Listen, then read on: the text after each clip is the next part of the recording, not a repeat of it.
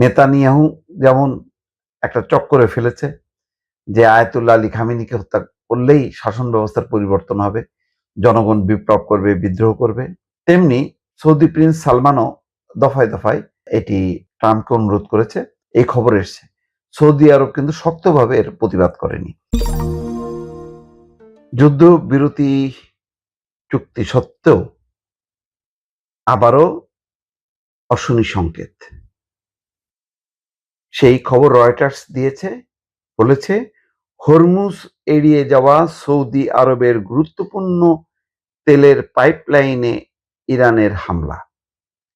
Saudi আরবকে কিন্তু ছাড় দিচ্ছে না, এবং নিশ্চয়ই আপনারা জানেন যেখানে একটা বড় আলোচনা আছে যে সৌদি প্রিন্স সালমান নাকি দফায় দফায় ট্রাম্পকে ফোন করেছে এবং ইরানে হামলা চালানোর জন্য উদ্বুদ্ধ করেছে।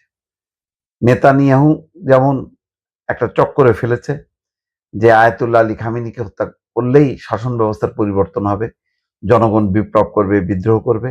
উল্টা হয়েছে, আরো জনগণ আরো ঐক্যবদ্ধ হয়েছে ইসরায়েল আমেরিকার বিরুদ্ধে। তেমনি সৌদি প্রিন্স সালমানও দফায় দফায় এটি ট্রাম্পকে অনুরোধ করেছে।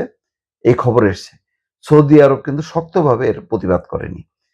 তো এখন এই যুদ্ধবিরতি চুক্তির পর এখন কি দাঁড়াচ্ছে? সৌদি আরবের অত্যন্ত গুরুত্বপূর্ণ পূর্ব পশ্চিম তেল পাইপলাইনে হামলা চালিয়েছে ইরান। বর্তমানে দেশটির অপরিশোধিত তেল রপ্তানির একমাত্র মাধ্যম এই পাইপলাইন। বুধবার সংশ্লিষ্ট সূত্রের বরাত দিয়ে রয়টার্স বলেছে পাইপলাইনের পাশাপাশি সৌদি আরবের আরো বেশ কিছু স্থাপনাকেও লক্ষ্যবস্তু করা হয়েছে।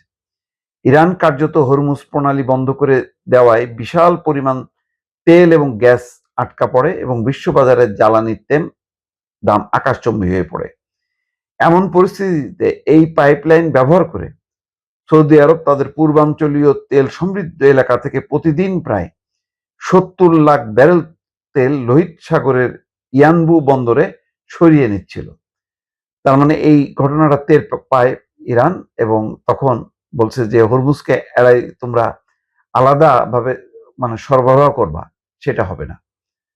সূত্র জানায় হামলার ফলে পাইপলাইনটি দিয়ে তেল সরবরাহ ব্যাহত হতে পারে এবং বর্তমানে ক্ষয়ক্ষতির পরিমাণ নিরূপণ করা হচ্ছে।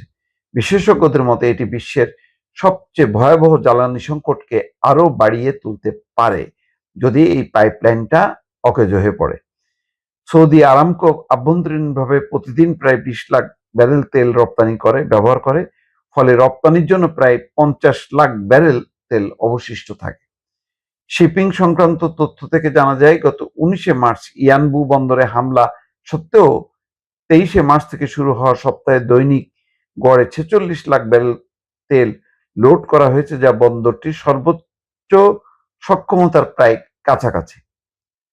আইআরজিসি বলেছে তারা ড্রোন এবং ক্ষেপণাস্ত্র ব্যবহার করে ওই অঞ্চলের বেশ কয়েকটি লক্ষ্যবস্তুতে হামলা চালিয়েছে। এসব লক্ষ্যবস্তুর মধ্যে ইয়ানবুতে অবস্থিত মার্কিন কোম্পানিগুলোর তেল স্থাপনাও রয়েছে। আমি জানি না এখন ট্রাম্প তো যে বেকায়দার মধ্যে আছে, এখন সে এই ঘটনাটা কি ইস্যু করে কিনা। তবে ইরানও ইস্যু করতে পারবে। তারা বলবে যে যুদ্ধবিরতির চুক্তি লঙ্ঘন করে ইসরায়েল লেবাননে হামলা চালাচ্ছে, সেটাও তারা করতে পারে না। তো এটা নিয়ে এখন আবার উত্তপ্ত হয় কিনা, নাকি ট্রাম্প এই জায়গা থেকে যে সরে আসলো আর যাতে সে প্রবেশ করতে না হয় সে তেমন একটা অবস্থান নেবে কিনা, নিশ্চয়ই সেটা কিছু সময়ের মধ্যে বা অল্প সময়ের মধ্যেই এটার প্রতিক্রিয়া জানা যাবে দর্শক।